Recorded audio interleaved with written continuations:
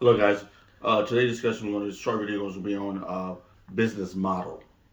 All right, this is for barber in the field of barbering. What I'm talking to you guys about today is basically how to design your model, what kind of model you have in business, in the barber business field.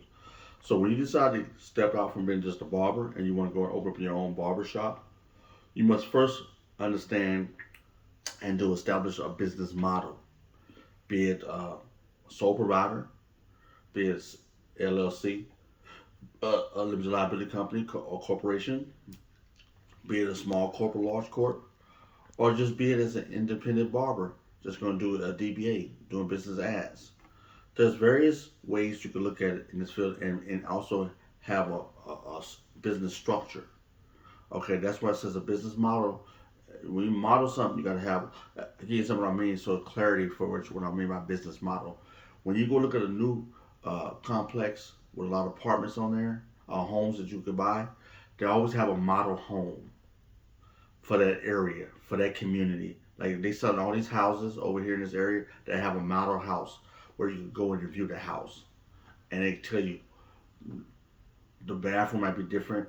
There might be another room, but they always get the largest model house and show you. So when you're looking at all the other uh, buildings that's for sale, houses that's for sale, that model house going to tell you pretty much what all these houses are about in this area. So when you start establishing your business, you must establish a business model. What, and that's what you got to set things around. You don't have to. I'm giving you a concept you can work with me. So when you set your business model, you're looking at what the area you want to set it in, the community, what type of business model it is, as far as what identity you want to open your shop with. The least limited responsibility, physical, economic responsibility, is the uh, sole providership.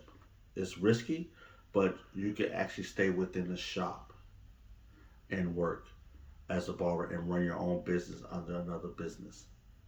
You just put all your paperwork correctly right. You can have your insurances, everything established. And what the worst thing in that case scenario, as a sole provider, is what we consider a personal business that identifies with you. So that's the major risk factor. But same way, if you're inside a business, a barbershop that's already established, they have insurance. You have your own insurance, so there's a lot of coverage. So you can ameliorate the problems with the overhead of the other business. So you're basically a smaller business under a larger business. So understand that. So that's one way. So if you don't want to take, it's still risky, but if you want to take limited risk, that's the first way you can establish because you can identify yourself as a smaller business and start establishing everything in front, and then you can move to the next level as far as the LLC because you already got everything established. What I mean by that, you establish accounts with a business account with the bank. You establish a credit card, business credit card with the bank. So when you want to transfer, they already have a template of your business already established inside the system. So then you want to move up to the next level where you would do an LLC where you have to get instead of just a UBI, you have to get an EIN as well for your LLC. So these are a little more steps. These are different numbers. These are different applications that you have to add on to when you want to incorporate with the state that you're living in, wherever state that is. So the first one is again, let me inform you guys, is the sole providership or DBA, doing business as. It's the personal business. The second one is the LLC, which basically you incorporating yourself with the state, your business with the state. The third is small corp or big corp, major corp, and that's when you're a corporation or enterprise. That's when you have over 100 employees. When you 50 to 100 employees, you're moving way up the level. You're hiring more employees. So you get different benefits and different packages. But that's the process you have to go. Then the final one is, I would say, you invest into the businesses where it's still it's you investor or angel investor, but you're still investing into business that you're skillful and knowledgeable of, and that's we're talking about the field of barbering. So wherever you start at, wherever you want to move yourself into the space you want to move yourself into, that's up to you. So we're not gonna be on the storm. We're gonna make this video about 9 minutes. Where we at right now? Where we at right now? 5. So we want to continue on this. I hope you get this basic knowledge, this general knowledge about business model.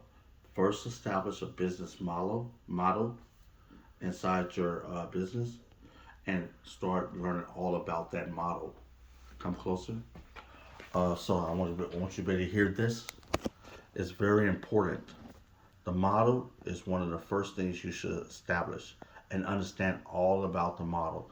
Doing business as it says, doing business as yourself, and you put a name out there, a business name, registered name, but you're still operating as your own personal self.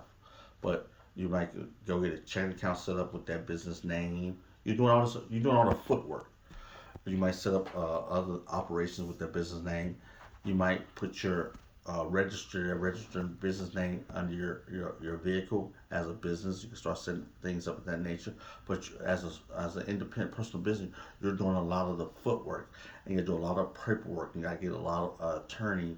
If you want to do it the proper way, you got to get an attorney to help you with that paperwork. Because certain things got to align, and as a personal business, some things don't align because a lot of the businesses banking systems deal with a lot of corporations. So when you're trying to do a personal business, they still got the system set, but it's hard to uh, finagle that into a professional setting.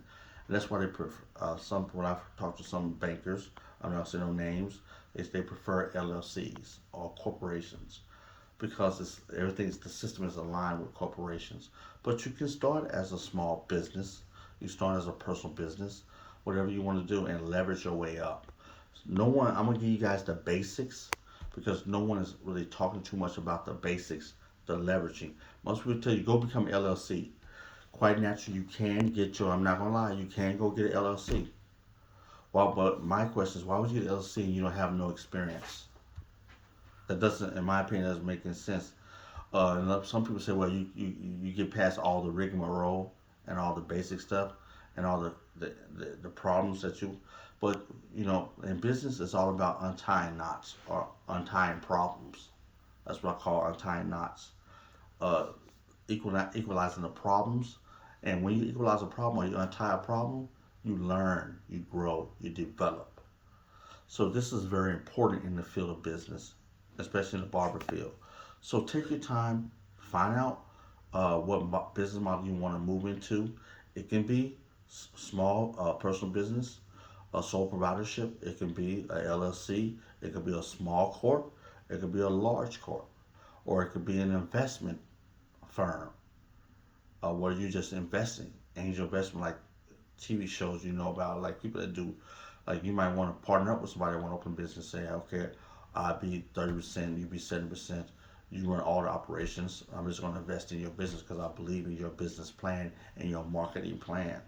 So I think I can benefit off of that, leverage that for what I want to, and you can leverage my capital that I'm going to invest in your business model and do what you need to do for your business entirety. So this is work together. This is the business models. So understand the business models are very important. So focus on learning your business model and which direction you want to move in. That's as this from a master barber. That's from a business owner. I'm informing you. Do whatever you will, what you want to do. But I would tell you honestly, focus on establishing a business model first and foremost, and see which one you like.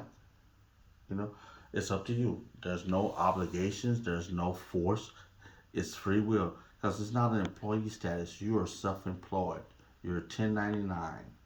You decide if you move to the next step, whatever that step is. It's your choice. Without further ado, I hope you learned something from this topic. It's called business model. It's under the business process in the field of barbering. I hope I left some, made you think about something, or you took some away from this video. And I would like you guys to have a wonderful day. This is Master Barber, business model. Have a wonderful day. May I have your attention?